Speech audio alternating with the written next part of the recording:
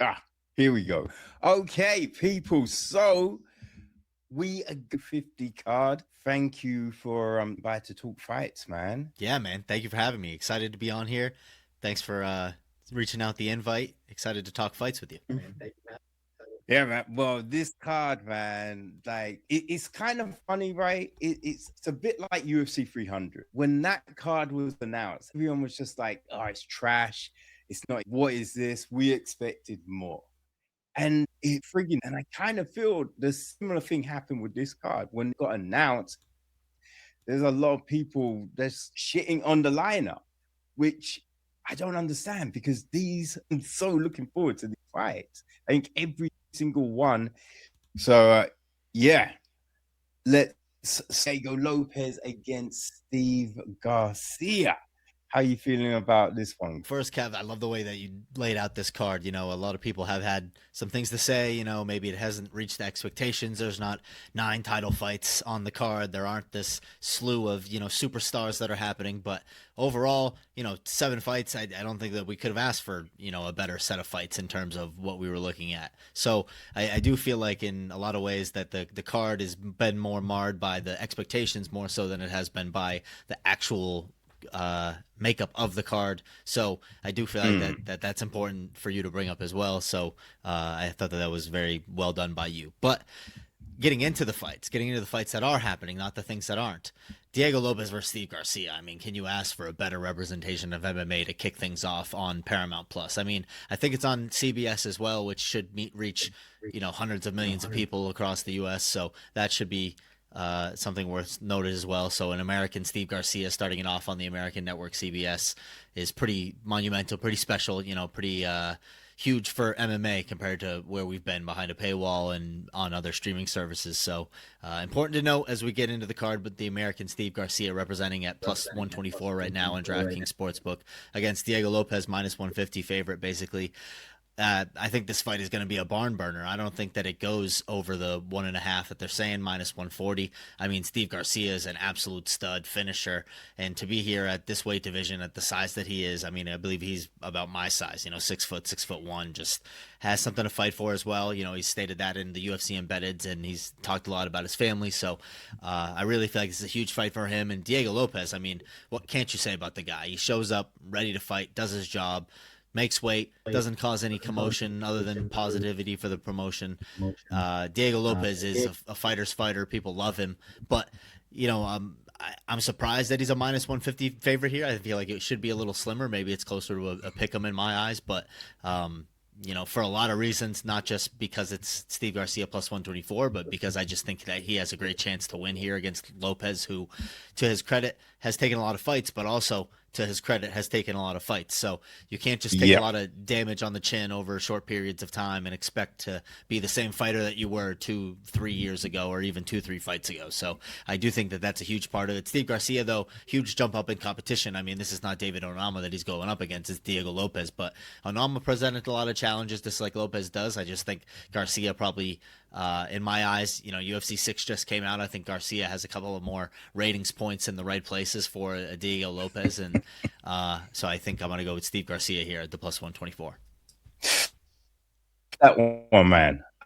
I like that, Cody, because looking at this fight, for me, a lot of people see Diego Lopes as the clear favorite, but I feel that's recency bias. I think that's because Diego Lopes presence. We see him at the cards, we see him at the press conferences. He's got an energy about him. Everyone loves Lopes. And you can see why, right? Jean Silva's barking at him and he hits him with an elbow. Boom, lights out. You know what I mean? What's it not to like about that, right? He takes that short notice fight that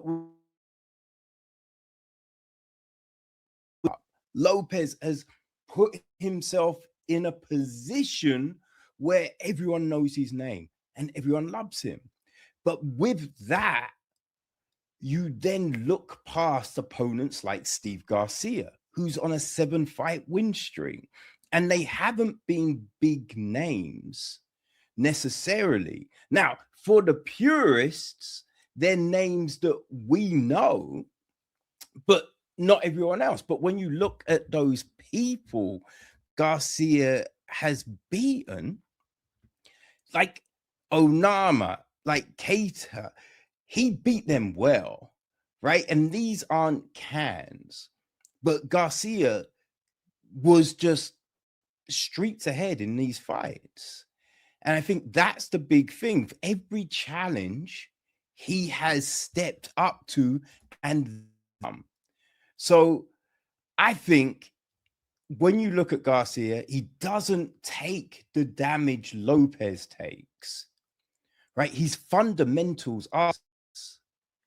So with this, I think he's going to keep use defense well, and he's going to counter Lopes, who does come in recklessly a lot of the times. And you know, he's always fun to watch. But as we saw in the second Volkanovski fight, he's got heart, but he didn't necessarily change a great deal. So the fact that we have that, I think Garcia, you know, comes from a great camp, right?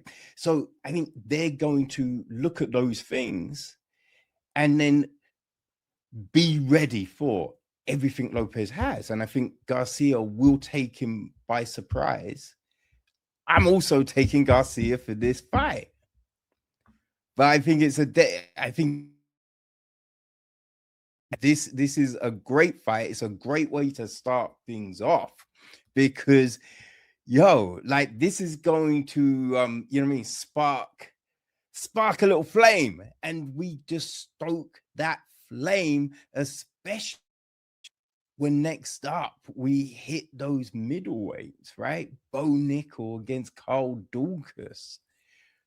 This, like, not a huge name opposite Nickal, right? Because I think at this point everyone knows Bo Nickal, but Carl Daukaus, it's not going to be a pushover, that's for sure. Like, how does this fight, you know, sit with you, Cody, man? Like, what were you thinking when you heard this fight was getting made? Well, I mean, I think I was thinking like everybody, and it was like, wow, how did Kyle Daukaus get this fight? You know, I think a lot of people were really downplaying him at first in terms of the matchup, and I think a lot of people expected maybe a bigger step up for Bo Nickal on this card. And I was actually surprised that this fight wasn't the first fight of the night, because I felt like Bo Nickal, you know, both Americans, Bo Nickal, the All-American wrestler, Kyle Daukaus, his brother is a cop in Philadelphia. You know, it's like the American story writes itself for that first kind of fight. I felt like I'm surprised that Nickal versus Daukaus isn't the first fight, but overall, I think when I pulled up this fight card on the odds, I was a little shocked to see this fight, most specifically because Kyle Daukaus is only a plus 250 underdog right now against Bo Nickal at minus 310, and I just think, you know, and in 10 times out of 10 and 100 out of 100 times, I think that Bo Nickal wins 95% of the time, you know, and I don't think that that's any slight on Kyle Daukaus. I just think Bo Nickal is that good. He's that young. He's that smart. You know, at times, you know, he's been learning in MMA. He's kind of learning on the job in a lot of ways against high-level competition, and I just think that this is not as high-level competition as maybe we expected him to get. That doesn't mean that Kyle Daukaus doesn't have a chance to win this fight, and I'm not saying a puncher's chance either. You know, he is a good wrestler. He's not an All-American at Penn State, you know, Hodge Trophy winner or anything like that, but he is very experienced. You know, he's been in the UFC before. He was out of the UFC, fought adversity to come back to the UFC. He's a very skilled fighter in his own right. I just do think that Bo Nickal is that good. I think he's one of the people that you can kind of earmark for somebody who could win a title in the future, which is different from being able to fight for a title in the future.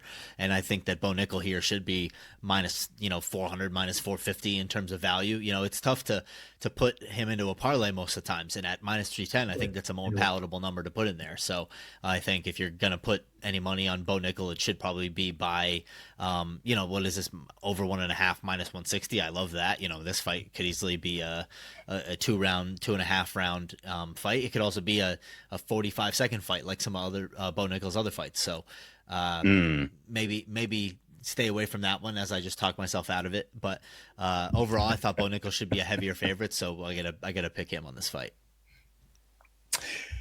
Yeah, I think you really hit the nail on the head with this one, man, because it's a definitely an interesting fight. You know what I mean? I think there there was the thought that Bo could go up against someone like a Covington, you know, which would have been intriguing, but I don't necessarily think even at this point a great challenge for Bo, you know, because I think we'd seen Kobe on the way down. You know what I mean? He's had a great career, but I think we've seen him slow, right? It's at that point of a veteran and they're just everything starts to just slow and go a little bit backwards, which just happens with age. You know what I mean? It happens with attrition in the octagon, right? These are the things. So, who would Nickal go up against, right? Because I think they're thinking he is a future champion. So let's not just wreck him because maybe the the RDR fight was a step too far too quickly. Maybe, you know.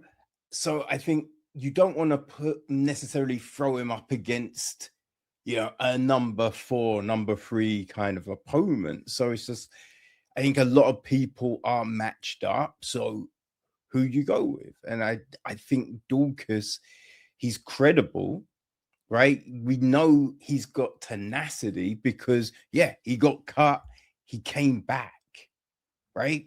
I think the Daukaus has the jujitsu, right? Like Gerard Marchart with a Das choke last time out, right? So you couldn't, if Bo isn't respectful, leaves his head hanging, leaves anything dangling, Daukaus could take that shit home with him.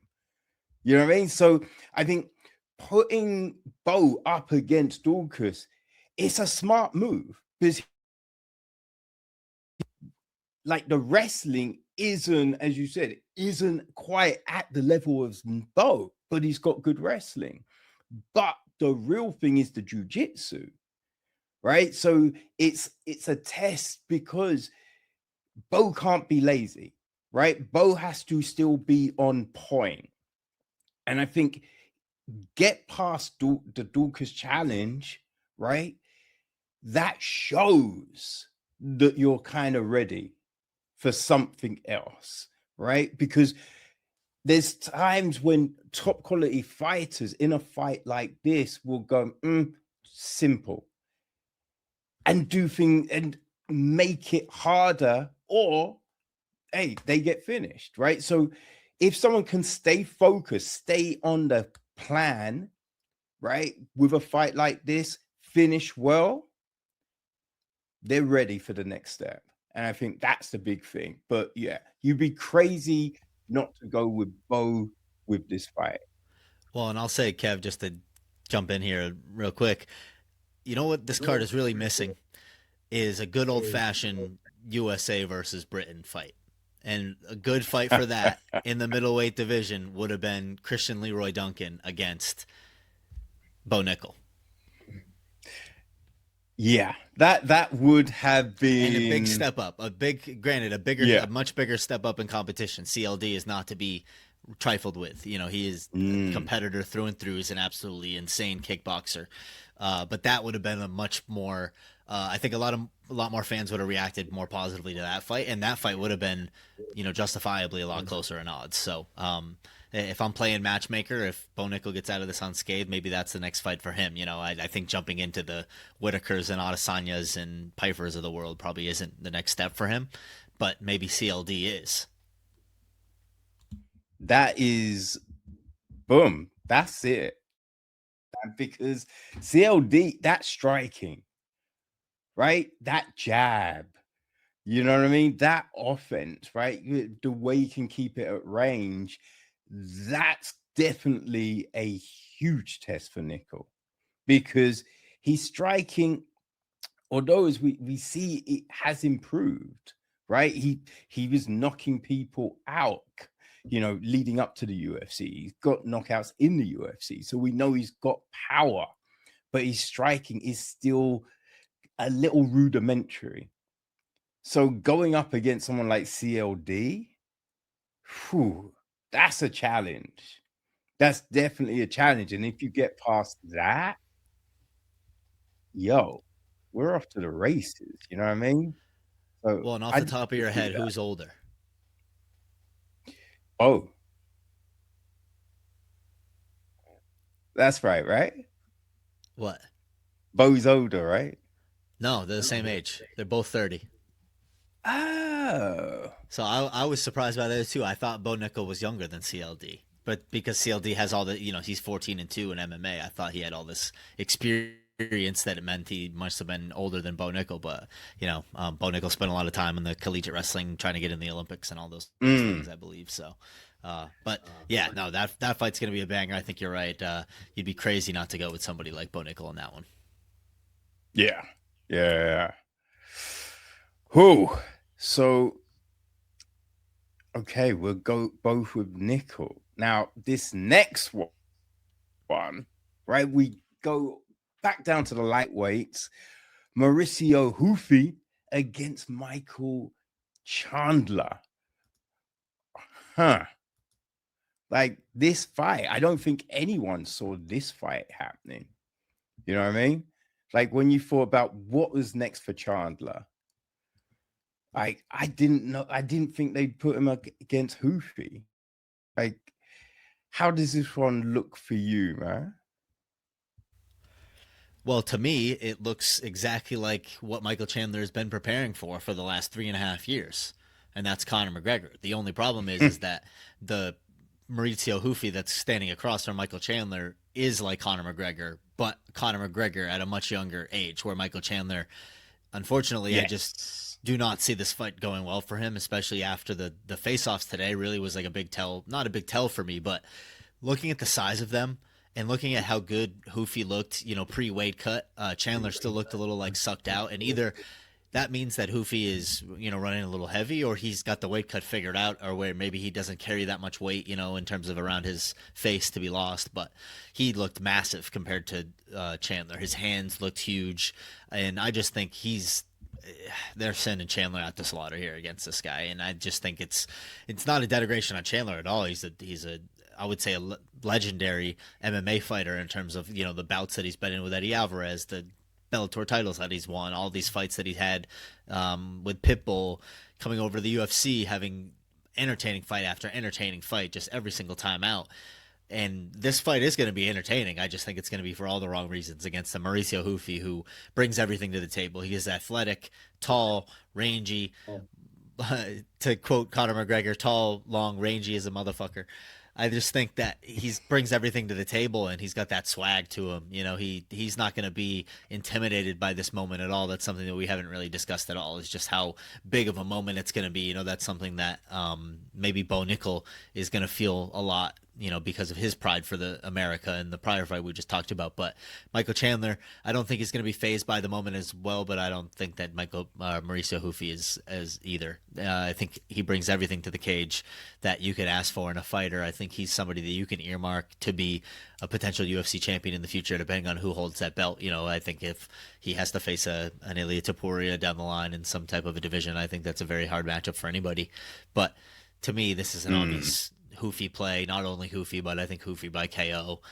He's, I think, minus 225 for KO. If you parlay Steve Garcia, Bo Nickal money line, and Maurício Ruffy KO, you're going to look at plus 314 going into the final, the other 4 fights of the night. So I think that's the first 2 fights that we talked about that we were on the same page for. That's plus 196, but you add in the Ruffy KO, which I do think is inevitable. That's going to be plus 314 at the book. So I love you, Michael Chandler. I think you're a fantastic fighter. I wish that you could have had the McGregor fight. Maybe you will someday, but this is a terrible matchup against basically the Conor McGregor 2.0 younger version, and I just think it doesn't go well for Michael Chandler. I think that's the thing. And I think what you said about the presser, because I was watching the presser and you see Michael Chandler, and I was like, yo, Chandler's got old. Right? Chandler just looked, he sucked out. He looked drained. And Ruffy looked healthy, he looked fresh, he looked hungry. And, you know, I also just, Tony Ferguson came to mind, right? And it was that fight. Remember that movie used to make when he's waiting to go and he go onto one knee and slide and then we just saw him do it. But oh boy, it was like in slow motion. It was upsetting. And I don't know, I just got those vibes from Chandler tonight, which is, I think, you know, it's just saying it about Diego Lopes, right? It's the attrition of fights, it's the attrition of damage. And Chandler, every fight's exciting, right? He might not win them, but he's exciting them, right? But in that, he is taking damage. He's being knocked out a number of times. I think that just takes a toll. And I think the problem with waiting for the McGregor fight, he was inactive, you know? And something that can keep you kind of younger is being more regular, you know? And Chandler's not being regular. He might be in the gym, he might be sparring, but it's not the same, right? It's not the same. I think the only person, you know, who can sit out for like 4 years, come back, re-win the title, Dominic motherfucking Cruz, right? I think that's the only cat that can sit out that amount of time and still be fresh as a motherfucker coming back in.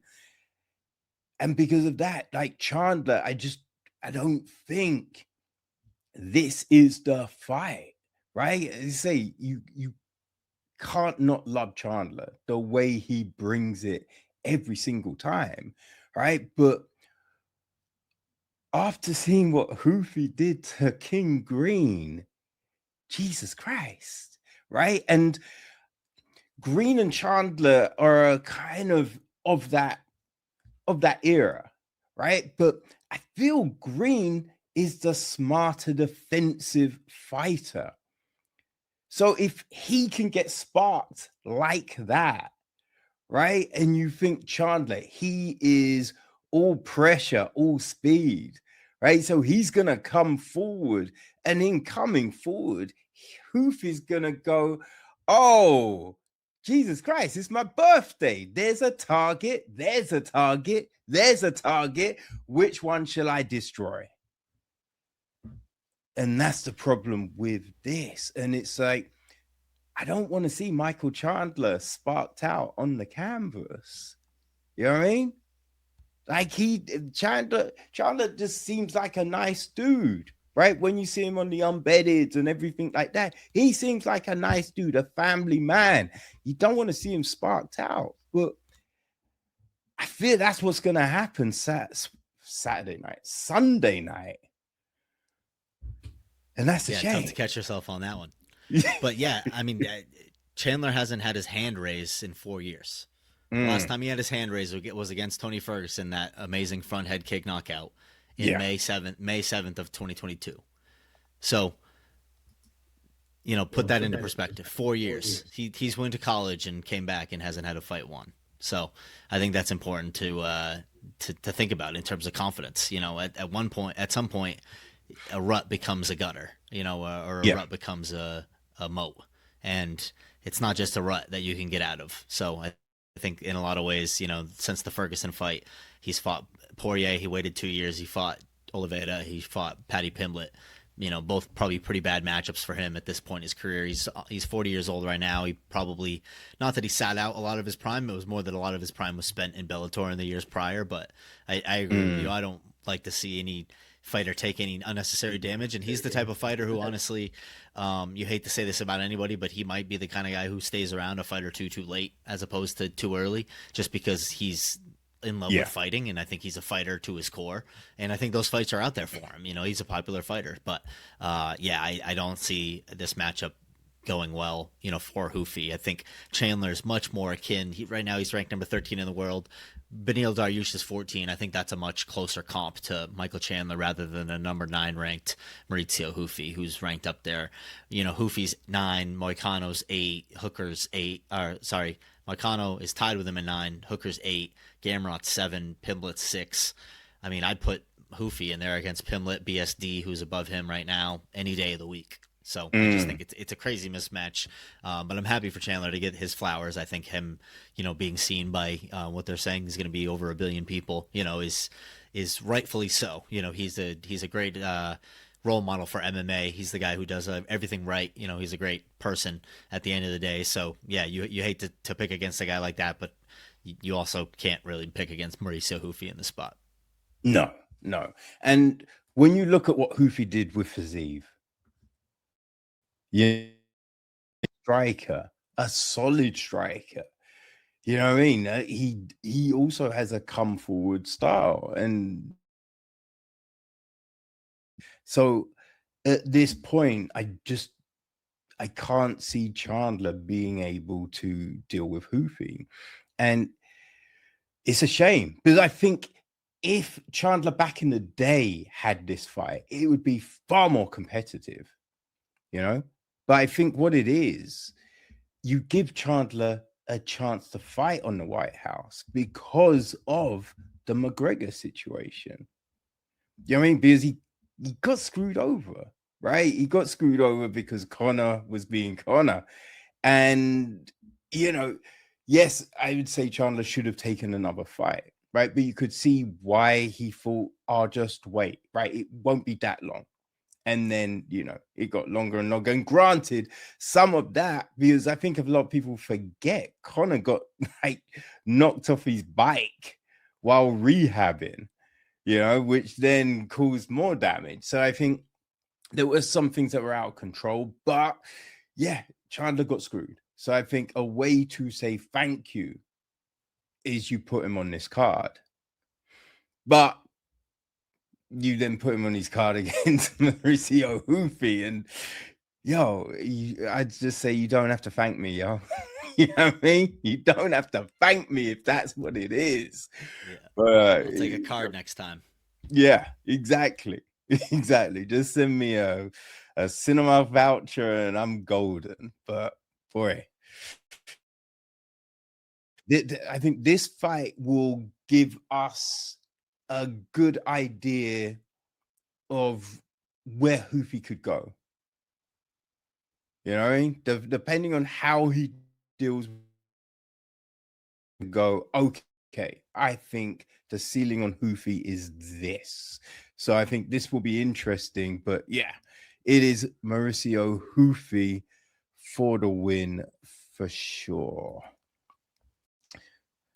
So our next fight, and I think from this point on, leave your friggin' TV time, right? You do not get up to grab a drink. You don't get up to use the bathroom. You grit your teeth and deal with it, because these next 4 fights, God damn, these fights could be over in seconds. You know what I mean? These fights will be bangers. These fights will be the fights everyone is talking about on Monday morning. You know what I mean? So, boy, to start things off with the black Josh, the great Hokit. Who knows what his name will be come fight night, but Josh Hokit stepping in with Derrick friggin' Lewis. Whoa. You know what I mean? If this isn't going to be insane, I don't know what will be, man. Like, with this fight, Cody, man, like, the thing being, Hokit has made a name for himself straight away, right? He had a great contender fight. He had a great debut fight, right? And then the Blades fight, that was just bonkers, right? He's getting hit. He's pretending to be dazed, right? He's cussing, he's shouting.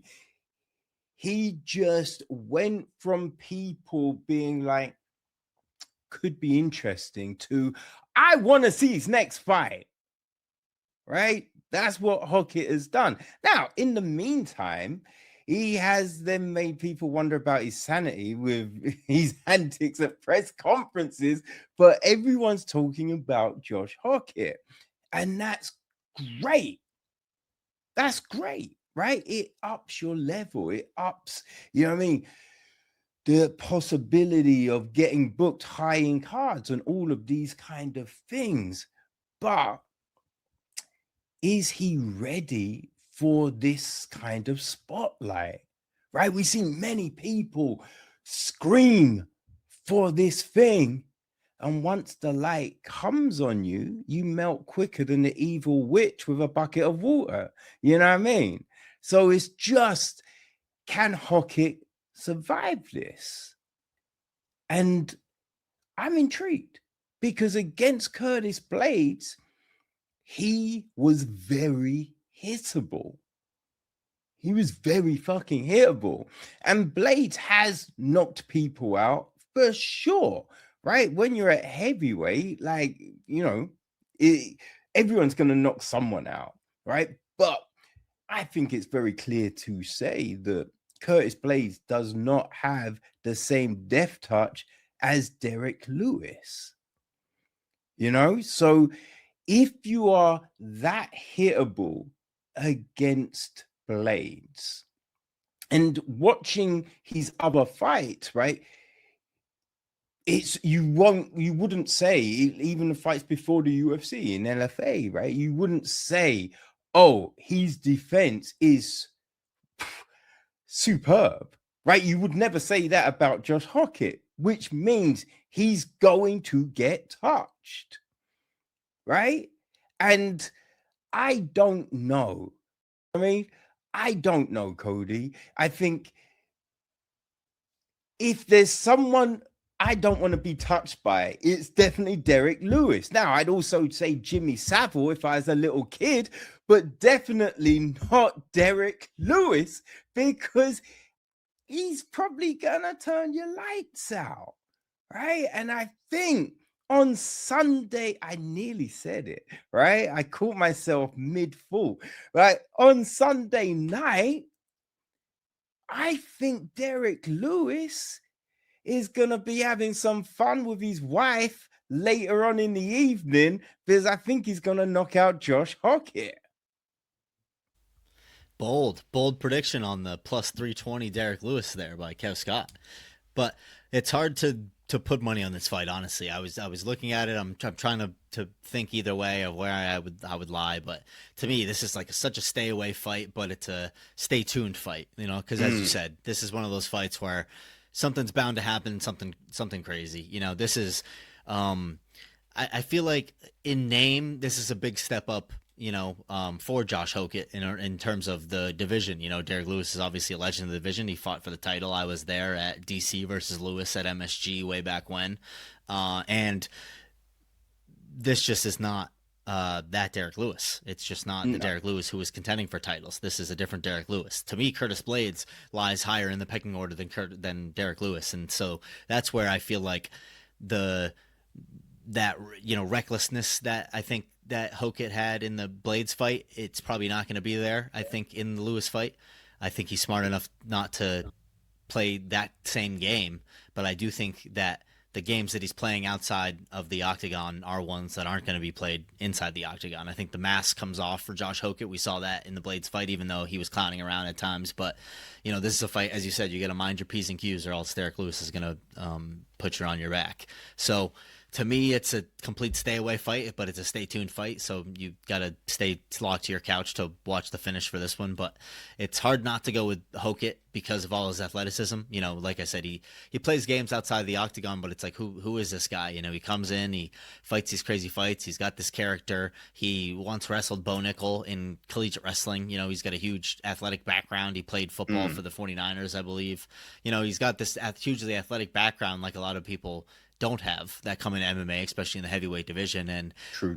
you know, unfortunately, in the fight against Waldo Cortez Acosta, you know, the damage accumulated, and then we saw Derrick Lewis kind of crumble. And I think you're going to see kind of something similar happen here against Hokit. I don't think it's going to be a 3-round slugfest like it was against Blades. I think that you're going to see a more calculated version of Hokit and still maybe too measured version of Derrick Lewis, so because he doesn't throw in the pocket like he used to. And I think that for that reason, it's probably going to be a Hokit win. Interesting. But yo, you did bring up a great point, man. You brought up a great point. It isn't the same Derrick Lewis. I think, you know what I mean? It might be a slimmed down version of Derrick Lewis, but it's not the same hunger maybe with Derrick Lewis. But it's funny because I look at this fight a little bit like our co-main fight, right? In the way it possibly can go. Because yes, I think Lewis might be a little hesitant because I think, you know, he knows Hokit does throw, right? Hokit does have power. There's no question about that. And yes, we're not going to see the tomfoolery, right? We're not going to see that up in there because whatever you may think about the press conference personas, he does know how to fight. I do believe, though, right? I think it might be one of those ones where Hokit comes forward. Hokit does have the better, you know, start to the fight.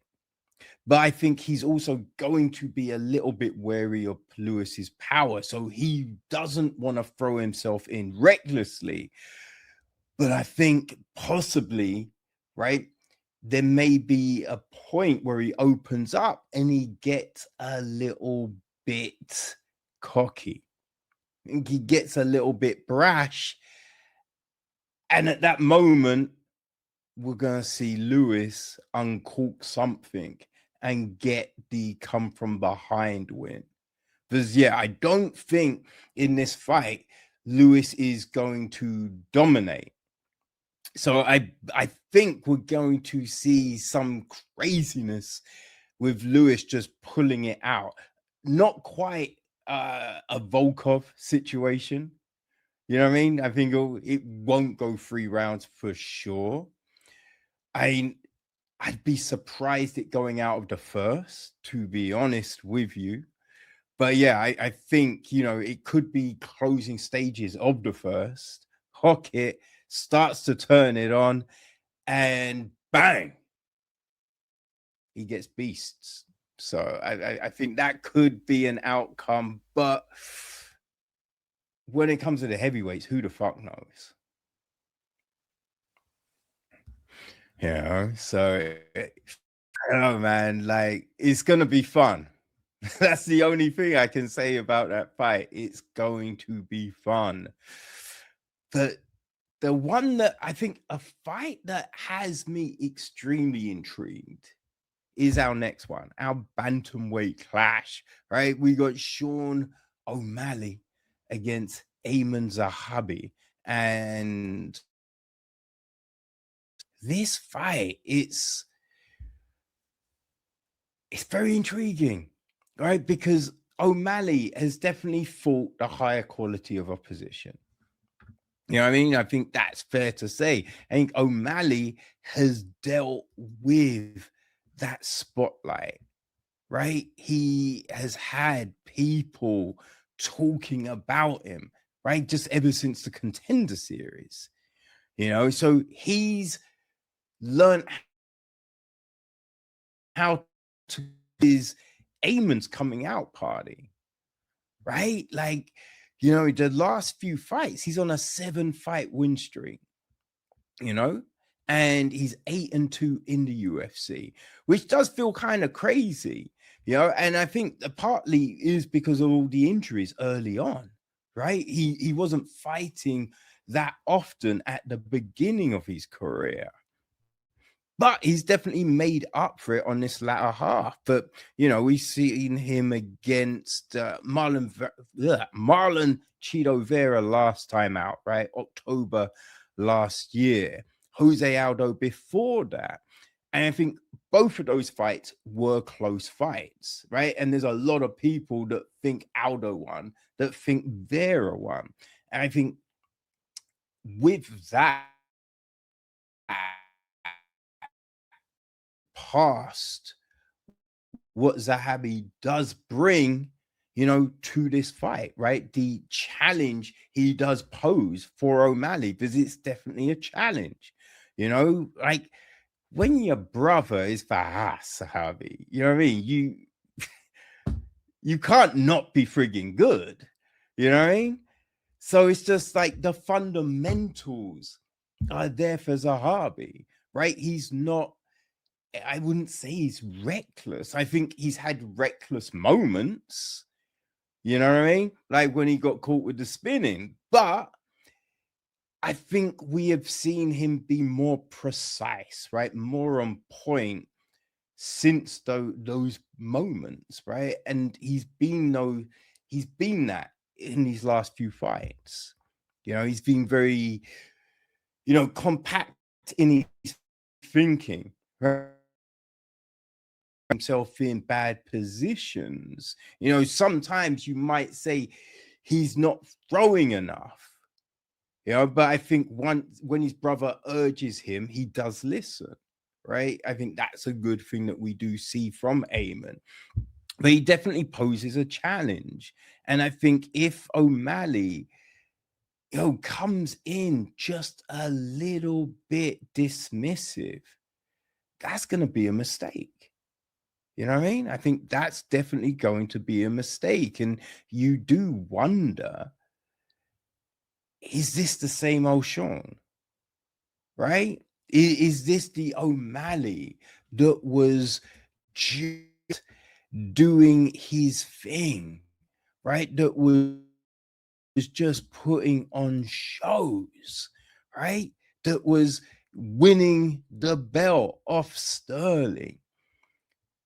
Right? Is it the same O'Malley? Because in that second Marab fight, it did feel that he had a sense about him, the execution. Right? I'm just waiting for the inevitable to happen. And when the choke got wrapped up, it's kind of like he didn't necessarily just jump to defend it, you know. And I think, have we seen a shift in mentality, right? Has that happened? Because, you know, the winnow,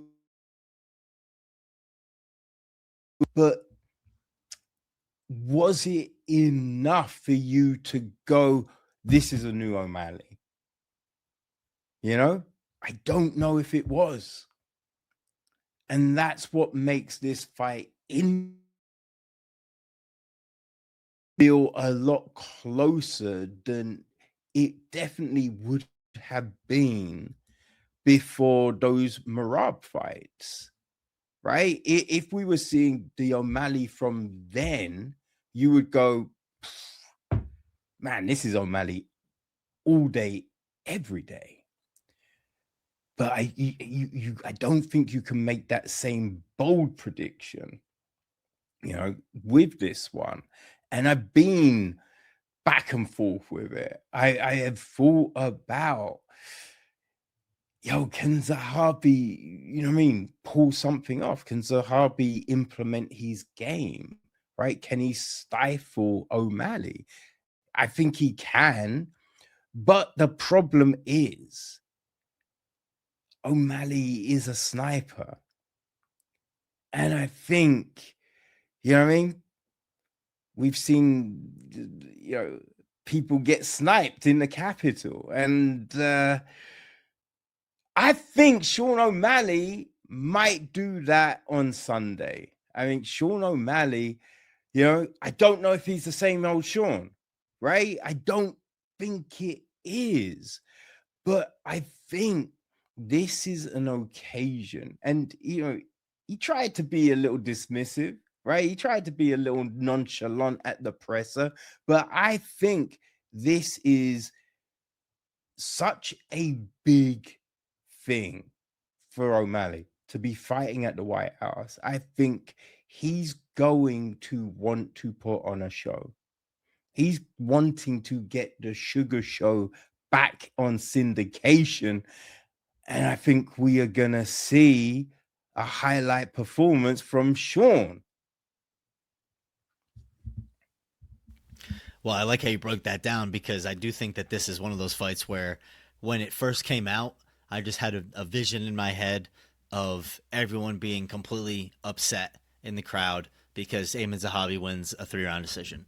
And I just can't, get that out of my head for some reason.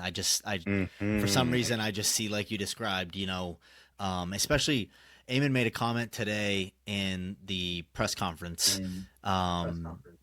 That he's like, oh, I'm going to knock you out, you watch. And I think he's just setting a trap there. I don't think that that's his intention at all.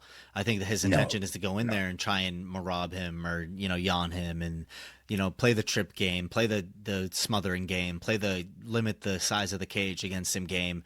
Like you said, Faraz is his head coach. He's his brother. He's been his coach for years. A big part of Aimann's inactivity was more because that he was coaching and he was somebody's main training partner. He was helping the career of GSP or Kenny Florian or Rory McDonald or all these guys that came out of TriStar Gym up there in Canada, He did take a back seat. He's 38 years old versus Sean's 31. But I didn't realize as well when I looked at his Tapology that his nickname is the Iceman. I love that. Iceman with 2 N's like his name. And I think that is a big reason why he's this moment is going to be too big for Aiemann. I feel like he's walked into an octagon, to coach GSP and to coach all these guys in huge spots, and he's fought in some big fights of his own. I was there at his fight against Aldo in Montreal in front of Canada. It was a huge spot. The crowd, I've never heard a crowd maybe that loud in my life. And for that fight, he showed up. He showed out. He showed who he was. And I think, like you said, age here isn't miles. For a lot of fighters, that is the case, but that isn't the case here for Aiemann. And I do think that he's smart enough to be able to keep Sean's distance management and his range and his ability to pick you at distance at bay. I do think that Aiemann is going to come in with a great game plan. I think that he's going to be stifling, and I think that at some point Sean's going to be looking up and he's going to be like, wow, I'm down, maybe 2 rounds, looking at a 3rd round here, and I got to make something happen. And we don't know what the conditions are going to be like. Sean, to his credit, has been in there in huge, massive spots. He headlined the Sphere. It's the biggest event in UFC history in terms of spectacle. So this, to me, is nothing for him. But, it's impossible to put into words what maybe the nerves might be like for an American like him, as you said, who wants to put on a show, who wants to, knows the moment is big for the Sugar Show appearance here. But for some reason, it just, if I have to gun to my head, make a pick, I think Aiemann Zahabi by decision, which right now is plus 500 to me, is like the pick to make. But I wouldn't be surprised if Sean O'Malley comes out here and does put on a show and knocks Aiemann out. But this is one of the fights where, again, like, unless you're putting money on that Aiemann plus 500 mark, I don't think that there's any reason to be throwing Sean O'Malley into a parlay by any means. This fight is too close. I'm shocked that Aiemann Zahabi is just close to an underdog as Derrick Lewis. I think that's ludicrous to me. So if I have to put money on it, it's going to be money on that Aiemann Zahabi decision ticket, and I probably will sprinkle some money on it.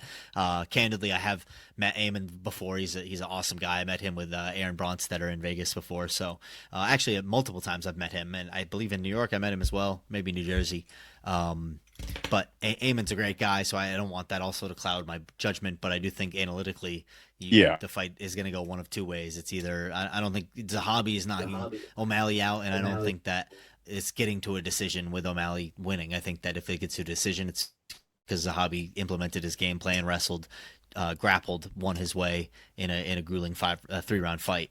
So that's the way I see that this fight's going. But again, could you have a better representation of maybe like a stylistic matchup here for MMA on a big stage? And hopefully it's not one of those, crowds that likes to boo. It's only 7 fights. They shouldn't be that mad at stalling by any means. So I'll be interested. And again, something that we haven't touched on is this a fight where, maybe the ref is going to come into play in terms of separation, in terms of, activity, or the ref's going to feel more pressure maybe for some of those things in a spot like this? Maybe. It's impossible to say. So, again, this is one of those fights where you're not going to want to leave the couch. I'm really glad you said that, man, because that is the thing, right? This is a spotlight for the fighters for sure, but it's also the referees, right? I think it's definitely going to be a situation of, could the referee be swayed by the moment, right? If someone is clinching against the fence, right? But technically still doing enough to stick that position, right? It shouldn't be broken up. But I do think we will see referees break those situations up, because it's the White House, because it's the 250 birthday celebration, right? Because it's such a big stage, right? There will be that thought of, these fights need to be entertaining. And the only way to be entertaining to a lot of people is if we've got people standing and banging, so that's a good point, man. That's a good point. And I do also agree with you when you say, if this fight's going a decision, Aieman's winning. If Sean's winning, it's because he's getting a finish. That's the way I think Sean wins. But I think if Aiemann wins, it's going to be he found a way to, just downgrade all of Sean's offense. So yeah, it is one of those fights, as you say. I wouldn't bet on it. I wouldn't put any big money on this fight, but yeah, and I think I was like you for a good while, but I don't know, something about it. Because it wasn't until, just a few hours ago that I was going to go with Zahabi. But I don't know, something was just like, I just think there's going to be a moment, there's going to be an opportunity for Sean to land. And I think that's possibly going to happen. I think it could be a bit like Hokit Lewis. I think possibly Aiemann could be in ascendancy when Sean gets to land it. But yeah, for some reason, I just think Sean is going to be able to pull something off and get that win. But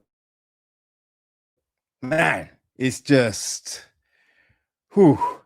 just thinking about all of these fights and these matchups, right? There's not a lot of fights where you're like, oh, it's just so clear cut. So yeah, I'm looking forward to that one. And what's next? You know what I mean? Like, that next is I'm just this next one. It's a great fight, right? Our co-main event. Alex Pereira against Ciryl Gane. Alex Pereira looking to make history. And we've got the weird situation of it's for an interim belt. Tom Aspinall, we do not know where Tom is, right? We don't know. Is he back? You know what I mean? Like, what's the situation? You know what I mean? So it is that weird one, but I think that does get mitigated by the fact that Pereira is stepping up another weight class. and the fact that Ciryl Gane looked very good against Aspinall in the last fight, right? So I think that makes you go, you know what? I don't care about any of the other stuff because this is just intriguing to me. You know what I mean? This fight, because we know the way Gun moves, right? Gun is very good, very fast, you know, amazing footwork. And Pereira, he can just change the whole course of your life with a punch. That's this fight, and it's intriguing.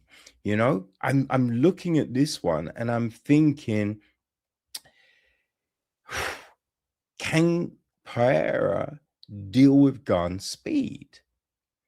Right? Is he able to cope with the footwork? Right? With the kicks, the jab, just all of these things from Ciryl Gane. And I do think, yeah, Gane's going to be fast. Gane's going to be skillful. Gane is going to be a problem. But you know what? The one thing about this fight, right, that keeps on coming back to me.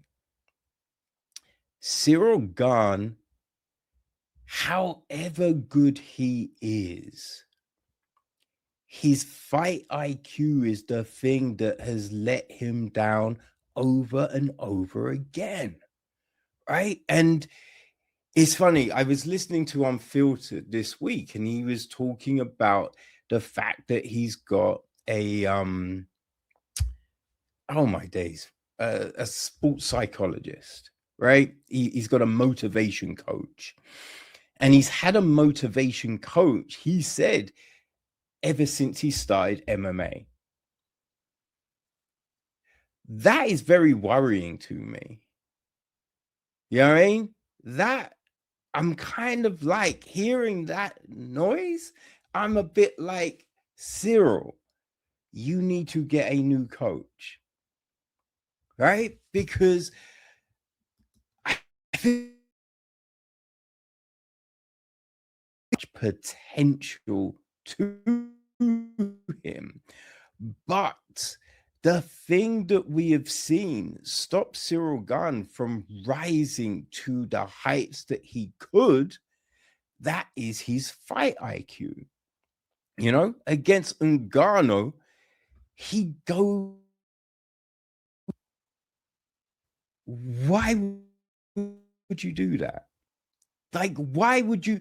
If you had just kept the pressure on, you're the heavyweight champion. You know what I mean? Like, we see him do that against Jones.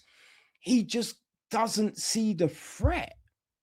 He doesn't see the threat. He doesn't defend himself from the choke, right? It was just bad decision after bad decision. And against Aspinall, he was looking tremendous, right? That you could go, that was his. And instead of making a fist, he keeps his hand bladed, right? We just these mistakes, these glitches in the matrix are not good. And the fact that you've had a, you know what I mean, a motivational coach for all of this, and you are still doing these odd things, right, that are disrupting these big moments, right? These big opportunities for you to change your life forever, right? By becoming the heavyweight champion of the world. You have these opportunities and you just can't focus on the moment, right? That's the thing that is making me go Alex Pereira to make history. Because yeah, I would have said Ciryl Gane will win this fight. And it's not necessarily for the fact that, you know, he's the natural heavyweight, right? He's used to moving around at that weight. Because I think Pereira, you know what I mean? He cuts weight, right? It's not that he's necessarily small. Now, he will be smaller than Gane, yes, but I don't think, he's fought big people in the past, right? In glory and all of this, so I don't think the weight is the thing that really is an issue for Pereira in this fight, right? But I do think that the footwork is something that could be an issue. But because of Gane's fight IQ, I think Pereira will mitigate it. I think Pereira will find his opening. And I think Pereira will make the White House lawn erupt when he launches a Scud missile at Ciryl Gane and turns the lights out. How is this one looking for you, Cody? To me, it was really interesting to see that this is the only fight that's really near pick'em. It's minus 115 Gane versus minus 105 Pereira, and I just think that's wild to me to see an interim heavyweight title fight at basically even odds. I think that's crazy that we get this kind of a matchup. I think I believe John said it on the pre-press conference stage, whatever you want to call it, that it's pretty unprecedented, for Pereira to have done what he's done, to be doing what he's doing, to be at this moment, to get in here and try and make history. And I think for all the reasons you described, I think he is going to make history. I think that, everything does line up in Ciryl Gane's favor. He's coming off a career best performance against Tom Aspinall, basically his magnum opus, and to me, that just means he has to show up with that version to beat Alex Pereira, and I just don't think that he's going to be able to ring that belt twice in a row. It's been almost a year of inactivity, maybe not a year, maybe 8 months, something like that since he last fought. But to me, the emotional letdown of that fight, probably didn't sit well in terms of the training. You get through the holidays, how serious he is in training. I think that's always been a question with Ciryl Gane. Yeah, he's physically gifted, but how much is he training wrestling in the gym? How much is he training jiu-jitsu in the gym? Everybody likes to kickbox and everybody likes to box, but how many people like to do all these hard things that make the fight worth it? And I think that for a lot of people, Alex Pereira is the one that checks all of those boxes. He's moving up to heavyweight, which is a bit of a concern. As you said, he's not exactly cutting a lot of weight to 205, but he is now moving up to heavyweight. How does that going to impact him? That's a huge jump. When we saw John Jones move up against Ciryl Gane, he really leaned on having a much bigger body, and it showed in the wrestling. Alex Pereira is obviously not going to come in here to try and wrestle Ciryl Gane, and if he does, I'll be surprised. But yeah, I feel like it's safe to say that this fight is going to go like the Adesanya fight for Pereira. The question is which one? And I think that in a lot of the footage that I've seen of Pereira, I get worried about what happened to him in the second fight happening in this fight in terms of that the quick counter, in terms of the off chance blow, on the good footwork catching the power puncher. But I just don't see that really happening the closer we get to the fight, and I don't feel like betting money against Pereira is a very good idea in any situation. I think he's at the point where he's earned it in this stage of his career where you have to put money on him regardless of who his opponent is. And unless it's John Jones standing against him, I think Alex Pereira is the best fighter in the world up at these weight classes. So I think you have to go with Alex Pereira. I'm shocked to be getting him at quote-unquote a dog price. I wonder where that line is going to move by Sunday night. But I think Alex Pereira, Shama, is the pick here. Yeah, that's very true, man. That's very true. And yeah, it's you wonder about his ability to move at that weight. Will the reflexes still be what they are? Right? That definitely is a fall. But the one thing I noticed about Gane in a lot of the footage, right, from the past fights, he's throwing those weird, like, hammer fist throws, right? He's landing big shots, but, right, he's not taking direct routes. You know what I mean? Like, with that hammer fist, it's like a motion rather than, you know what I mean? Like, everything is a bigger motion with Gane. right? It's effective. Like the elbow is good, but it's not quick. It's not a snap elbow, you know?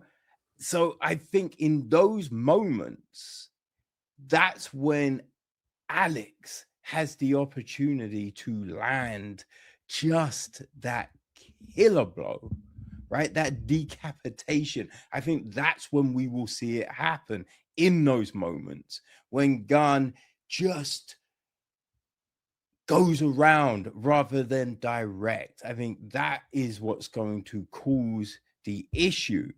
And again, I think it comes down to Gane's fight IQ, because, you know, when you just see, like in the fight against Roundtree, right, when he just takes him apart in that fourth round, wasn't it? I think the fourth round, right? And just that sharp uppercut he landed on Yuri. I mean, it's quick. It's not a delayed loop, you know? And that's the thing. I think it's that preciseness, right? It's that thought of, you know what? Let's just take off all the flab of this motion. I mean, let's be lean, let's be direct, let's be forceful. I think that's how Alex Pereira gets it done. And I think this will be like one of the biggest, you know, eruptions from the crowd. I think if Pereira becomes a new free weight division champion, and the White House is going to go crazy. You know what I mean? And Pereira's not American, but it could be the loudest, you know what I mean? The loudest celebration of the night. Well, and I agree, because it is going to be one of those fights, and Pereira is the type of guy who people cheer for. You know, it's hard not to cheer for the guy. You get behind him, and you love his whole shtick. You love his walkout, you know, the bow and the arrow and all of the things that he does. The walkout, I'm sure he's going to have the big face paint and all this stuff. Like, he makes it a scene. He makes it a show. He's always been a showman. You know, he's been a showman inside and outside of the octagon, I feel. You know, he's getting better at English, which I feel like is bringing out more of his personality. You know, he does a lot of the stuff with Need Drama, and this is going to be, to this point, the fight where when they, you know, they show the replay and they cut over to the what's going on over at the Ellipse with the 80,000 people or whatever, and that's going to be the replay that they show, is like him knocking Ciryl Gane out on that replay and all that crowd going crazy. But the reason I say it's going to be the biggest pop of the night to this point is because I think in the next fight you're going to have the biggest pop of the night, because Ilia Topuria takes on Justin Gaethje as the minus 520 favorite at the White House against the American plus 390 underdog Justin Gaethje. Kev, I know you've been setting things up and pitching over to me, so I'm going to wear the hat a little bit. And, you know, I just want to lay out that, you know, Topuria has done nothing but what he said he's going to do since he came into the UFC. He's brought in all of the bravado, all the confidence, everything that you could possibly ask for in a champion. He's fought, you know, everyone that you've put in front of him. You know, he hasn't fought maybe say the resume of some of the other lightweights at 155, but, you know, he fought Volk twice, put him out. Sorry, not twice. He fought Volk, put him out. Fought Holloway, put him out. Fought Oliveira, put him out. The last person to go to decision with him was Josh Emmett in 2023, and Josh Emmett is not on that level anymore. He choked out Bryce Mitchell, who was much more of a jiu-jitsu specialist than he is a striker. You know, Ilia Topuria is the pound-for-pound number one best fighter in the world. I don't think that there's any question about it. If you say that it's Islam Makhachev, probably not going to argue with you, but for my money, it's Ilia Topuria. He's James Bond. You know, he's the guy entering the cage against the American wrestler Justin Gaethje. Kev, before I give my pick on this fight and how I think it's going to go, what do you think about this fight? Cody. This fight is just the perfect way to end any fight card, right? It's the perfect way to end any friggin' fight card. But UFC Freedom 250, you know what I mean? When you think about how do you put a capstone on this, you put a complete animal, right? A Hannibal Lecter of the octagon in there against a true American, right? American that is bleeding red, white, and blue. Someone who takes pride in wearing those stars and stripes. And I think, yes, you can say someone like Kobe Covington, right? Michael Chandler, but no one in their right mind is going to begrudge every fighter's favorite fighter stepping up to bring it home for the States, man. Justin Gaethje is just, the highlight reel is just, I mean, one of those nicknames that you go, yeah, they nailed it, right? They nailed it, because every time Justin steps in there, I don't think there's been one time that you go, I mean, he just didn't seem to pull the trigger tonight. Right? I don't think anyone has ever said that about Justin Gaethje. You know what I mean? I think even when he was born, it was crazy. The doctor's just like, Jesus Christ, he brought it. You know what I mean? Because that's what Justin does. And I think everyone is discounting him, right? Everyone is going, you know what, Justin is great, but Justin is not the fighter that you send in to save your dog against Ilia Topuria. You know what I mean? And to me, that's crazy talk, right? Because yes, Ilia has done some unthinkable things. There's no one thought he would knock out Volkanovski. He would knock out Holloway. Holly. Oh, Jesus Christ. Holloway. No one thought he was going to knock out Holloway. Yo, I'm glitching, man. It's like crazy o'clock in the morning over here. You know what I mean? Don't judge me, right? But then he goes and does it to Oliveira. And on paper, that is phenomenal, right? That is what legends are made of. You know what I mean? For sure. I would say that. I'm not doubting that. But it comes with a caveat. Because if you watch that last fight against Oliveira, it wasn't a long fight. Don't get me wrong. But in that fight, right, you saw Oliveira actually do well, right? Actually, you know what I mean? Give Topuria pause standing up, right? Oliveira, he landed a really good 1-2 that made Topuria stop. The problem was, right, in that exchange, Oliveira gets clipped by Topuria. You know what I mean? And he survives. And it just reminded me of that time Andrei Arlovski fought Fedor Emelianenko, right? When it was at Affliction. I forget the number, right? I mean, there wasn't many of them, but it was that Affliction card. Arlovski was winning the fight. He was winning the fight. And for some reason, he goes, you know what will be good right now? Flying knee. I don't know what he was thinking, right? What was he thinking? And then he gets knocked out. And the thing, I bring that up because Oliveira took the shot from Topuria, he then gets cocky and steps in with his hands down. Because he's like, I've taken your shot. I thought you were the boogeyman. I thought you knocked people out. First touch. You didn't knock me out, son. Okay, let's go. And he steps in with the hands down. Topuria's just like, thank you, and knocks him out. Lands a perfect shot to the chin, right? But Justin isn't going to do that, right? Justin isn't going to do that. And so I think if Oliveira can give Topuria pause, even though it was just for a second, he gave him pause. Gaethje will do that. Right? Gaethje will do that. And Gaethje 2.0 that we have seen in this run for the belt, right? Because the first Gaethje was exciting as a motherfucker. But the first Gaethje also didn't give a shit about defense and would get caught. You know what I mean?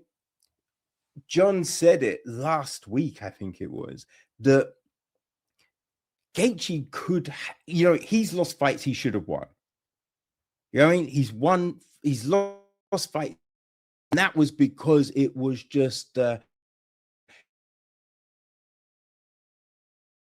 but when he said, you know what I mean? Me and Trevor had a talk, and Trevor said, "Do you want to win the belt?" And I said, yes. We saw a new Gaethje, right? A Gaethje that violence, but is thoughtful about his defense. And when he did that, that's what got him the shot at the belt, right? That saw him knock out Poirier, right? That saw him just do work. And yes, he didn't win the belt, right? But when he went up against Rafael Faiz, right, someone that everyone thought was just going to dismantle Gaethje, because he's on the tail end now, right? Gaethje's past his time. Faiz is smart. Faiz is young. Faiz is hungry. Faiz was not ready for Gaethje. You know what I mean? And I think this is the thing. Gaethje will find a way. Gaethje now is very mindful about what he does in the octagon. And so in that moment when Gaethje hurts Topuria, he is not going to, you know what I mean, become infatuated with the notion, you know what I mean, that he will clearly do this. Gaethje will be mindful. Gaethje will not step in with his hands down like Oliveira did.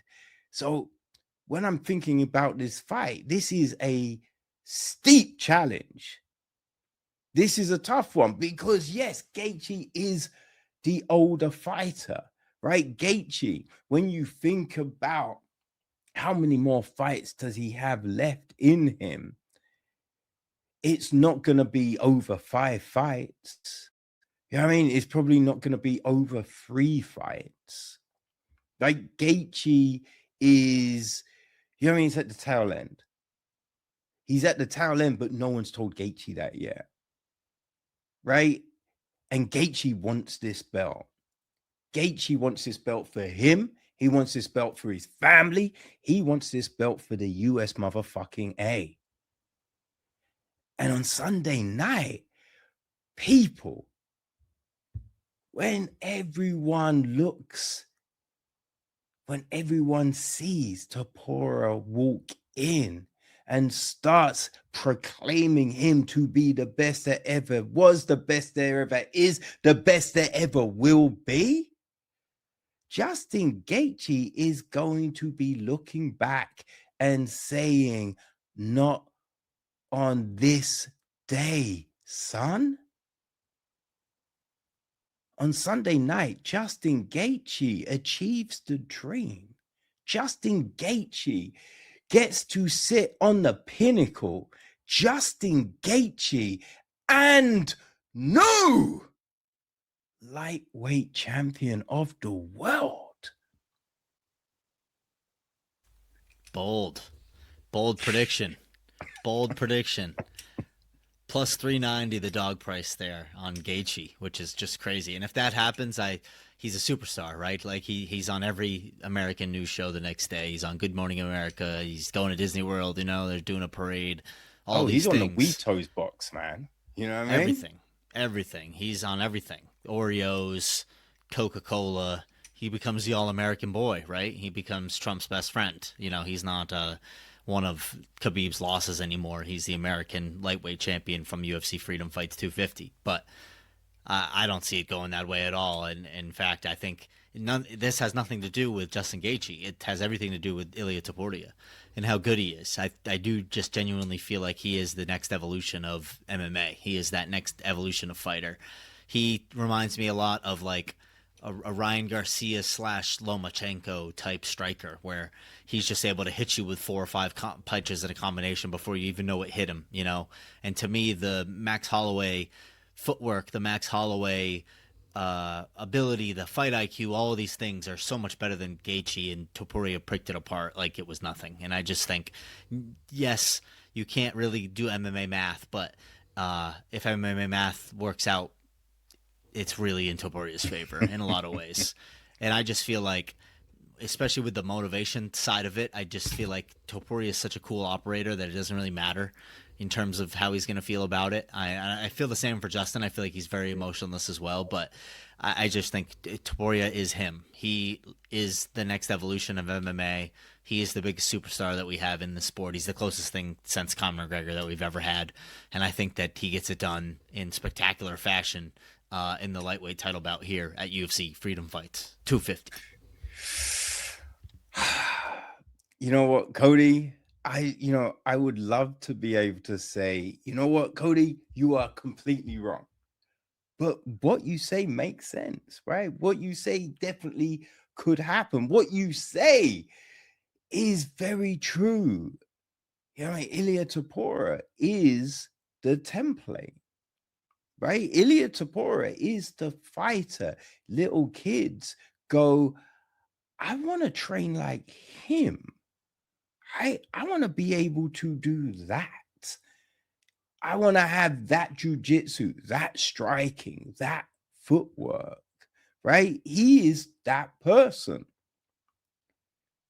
I think he is definitely, if he wins on Sunday night, he is a straight superstar. Because everyone in the game knows how good he is, but the world doesn't know him. On Sunday night, a win, the world knows who Ilia Topuria is.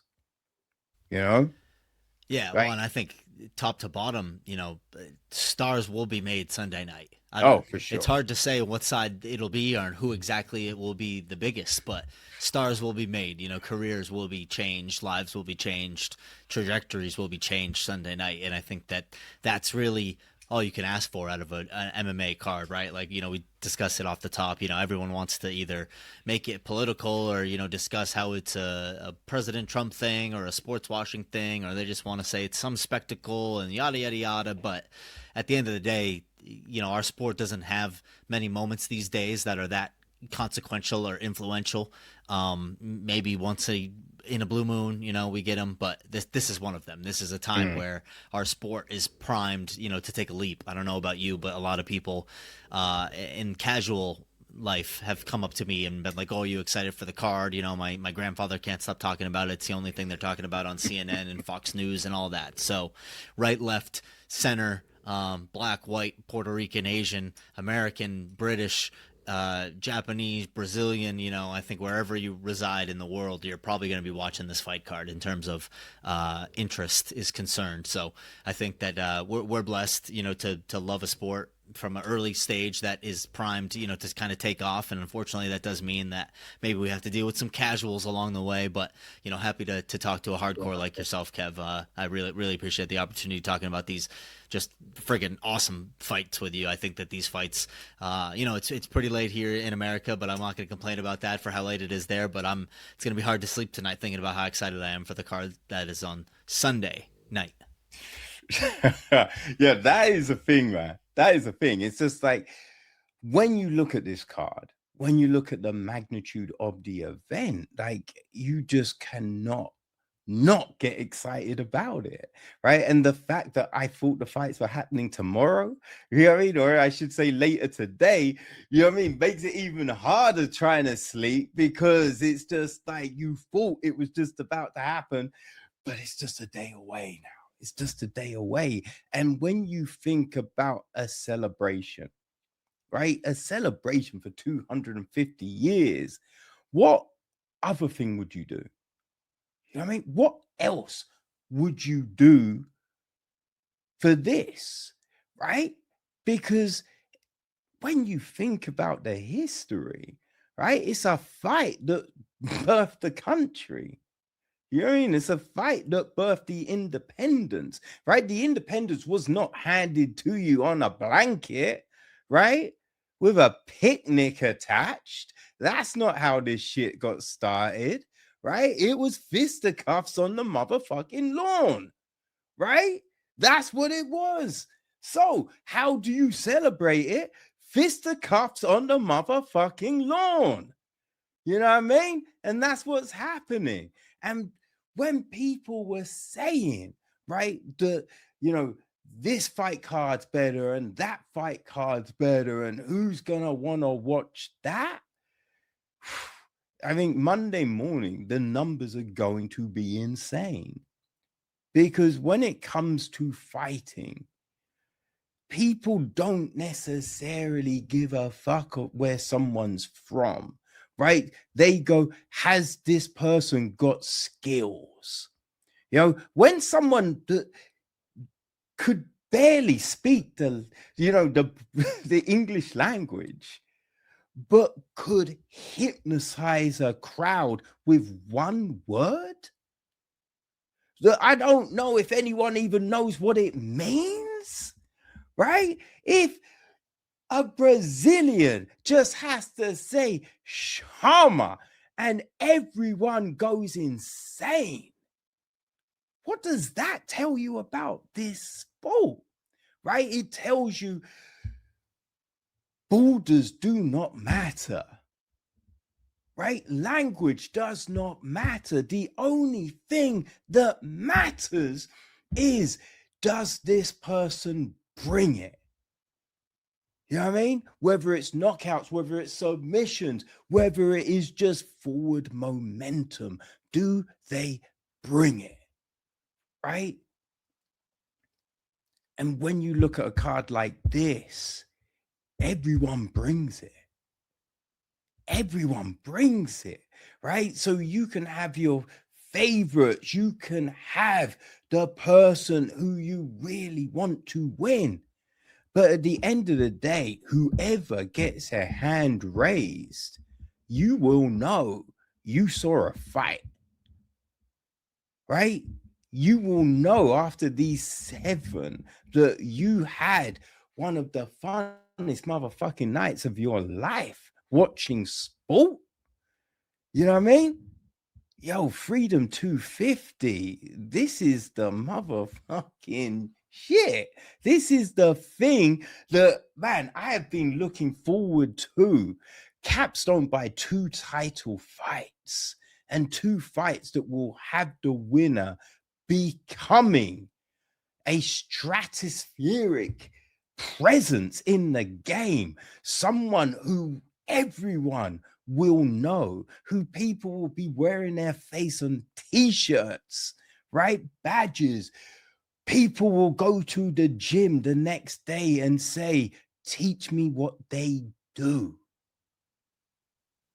Yo, Sunday night is going to be one of those nights, one of those legendary moments in time when we look back, right? When we look back and go, what were some of the memorable times in early MMA, right? Ultimate Fighter, of course. UFC 100, of course, right? Sarah beating GSP, Bisping beating Silver, or I should say Bisping beating Rockhold. You know what I mean? There's going to be these moments that just stand out. UFC 300. People will look back at those nights and go, those were pinnacles of the sport. The Sphere was a pinnacle of the sport. The White House will be a pinnacle of the sport. And Cody, man, I cannot wait.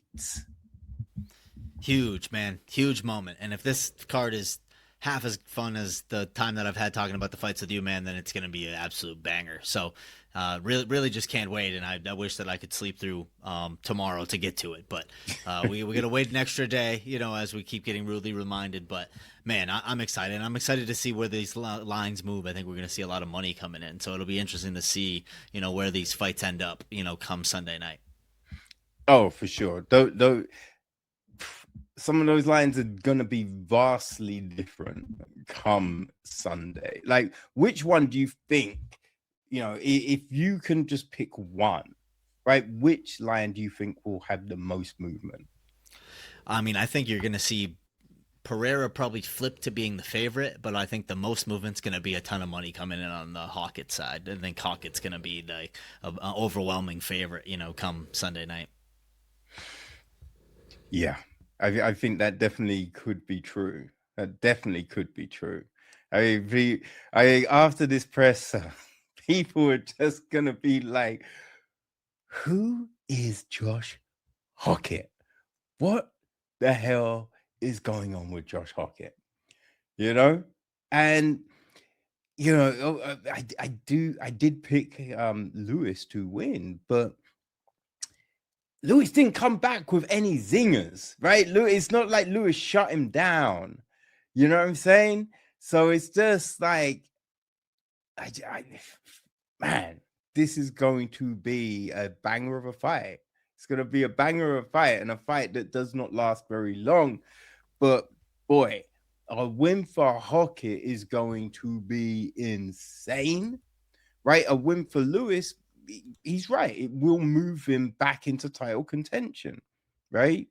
But there is such a potential logjam. Who knows when all of that will get sorted out, So it's like, really, Hokit is the one that gains most out of a victory. Because if Lewis wins, he won't be fighting anytime soon. And that's not good for Lewis. Because at this point in his career, activity is king. You know what I mean? But if Hokit wins, he's gonna have like definitely a few more fights before a potential title fight. You know what I mean? So Hokit is the one that benefits the most out of this one. So yeah, it'll be interesting to see how all of that moves. What's going to be the case come fight time. You know what I mean? But it's going to be interesting. And some people are going to make a lot of money. Oh, man. Yo, this has been a lot of fun, Cody, man. I appreciate the talk about, what I mean, just making the time to do this, man. It's been a lot of fun. Of course, man. No, I appreciate it. Thank you for reaching out to me, and love talking the fights with you. And we'll see. We'll see if we can be the ones making money, come Sunday night. It's not going to be life-changing amount, but, it's always fun to win a bet here and there. So you'll have to let me know in the meantime where you end up. Maybe your mind changes over the next couple hours. Not days. It's not multiple days, but we'll see where it lies. But I appreciate you having me here on Chin Check. Hey, no worries, man. Yes, I think once we see the weigh-ins, I think that will tell us a lot of stuff, and it might make opinions shift. But what I mean, as it lies, man. I think these are the picks, and it'll be interesting to see what happens come fight night. But the one thing I do know, there will be plenty to talk about on the tail end. So, boy. Monday, oh man, the news is going to be crazy. Monday, the news is going to be crazy. So, I look forward to being able to talk about this on the recap. But, Cody, thank you so much for coming by. This has been a lot of fun. And, we'll have to do it again sometime. For sure, man. Thank you. Awesome, man. Peace.